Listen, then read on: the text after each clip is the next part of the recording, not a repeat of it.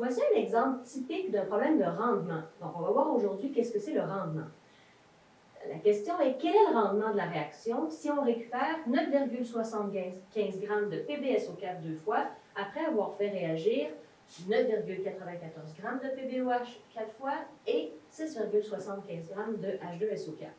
Alors, le rendement, ça c'est une expression qu'on utilise pour donner une idée de jusqu'à quel point la réaction s'est déroulée au complet ou non en laboratoire. La façon qu'on le calcule, il s'agit d'un quotient, mais pour qu'on puisse l'exprimer en pourcentage, souvent, on va multiplier ce quotient-là par 100% à la fin pour obtenir un pourcentage de rendement. Alors, c'est un quotient entre quoi et quoi?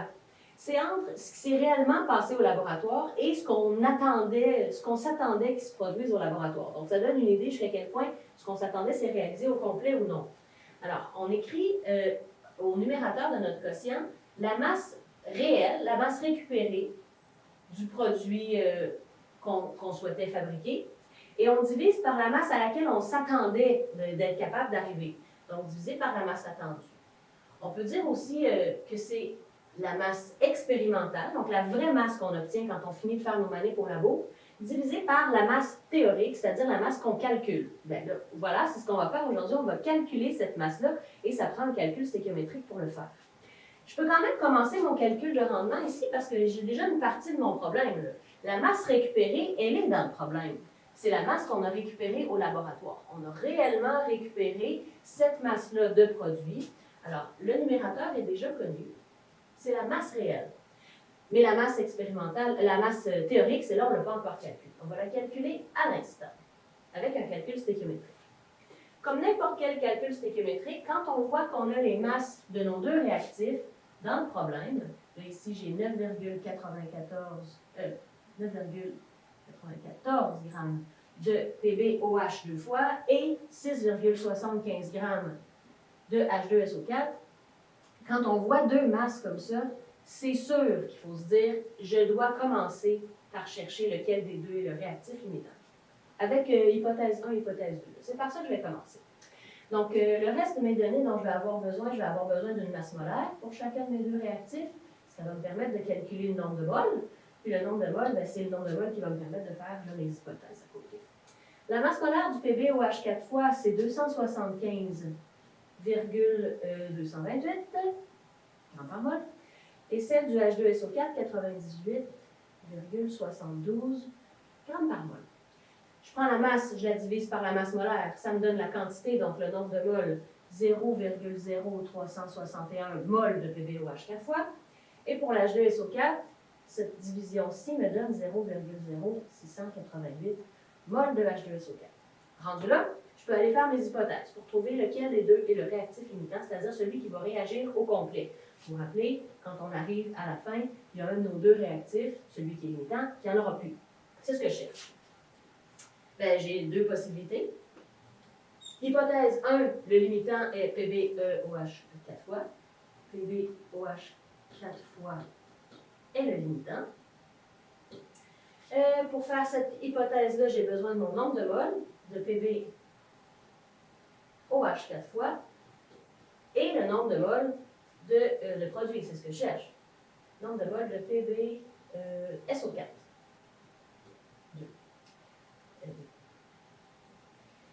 Avec le rapport stéchiométrique, c'est ce que j'écris sur ma première ligne de mon produit croisé, je vois que j'ai un rapport de 1 pour 1 entre les deux. Donc, une mole du réactif donne une mole de produit. Alors là, j'ai 0,361 mol, ce qui me donne 0,361 mol de produit. C'est ce nombre de moles-là que je vais comparer au nombre de moles du même produit dans l'hypothèse 2. Alors, dans l'hypothèse 2, c'est-à-dire si H2SO4 est limitant, je vais avoir les moles de H2SO4 d'un côté, comparé aux moles de PbSO4 deux fois de l'autre. Et là, je regarde encore une fois mon rapport stéchiométrique. J'ai 2 pour 1. 2 de lui donne 1 de lui. En réalité, j'ai 0,0688 de lui, ce qui me donne 0,0344. Alors, le calcul magique, il fait 0,0688 fois 1 divisé par 2, c'est un produit croisé. Alors, je compare mes deux nombres de mol ici. Celui qui est le plus petit me donne l'hypothèse vraie. Alors, celui qui est le plus petit, c'est celui-ci. L'hypothèse vraie, c'est l'hypothèse 2. Alors, qu'est-ce qui est vrai? Qu'est-ce qui est vrai? C'est que H2SO4 est le réactif limitant. Ce qui est vrai, c'est que H2SO4, il n'y en aura plus sur la ligne finale à la fin ici. OK, très bien. Alors, j'en avais combien au départ? J'en avais 0,0688. Ce qui va réagir, il va réagir au complet.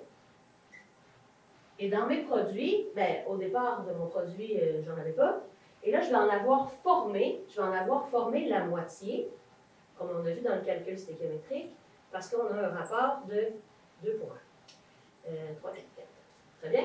Maintenant que j'ai le nombre de moles que je vais avoir formé réel de mon nombre de ma quantité de produits formés, avec sa masse molaire qui est 399,312, je remonte dans le tableau, donc je fais le nombre de moles fois la masse molaire pour trouver la masse, et ça me donne 13,7 grammes.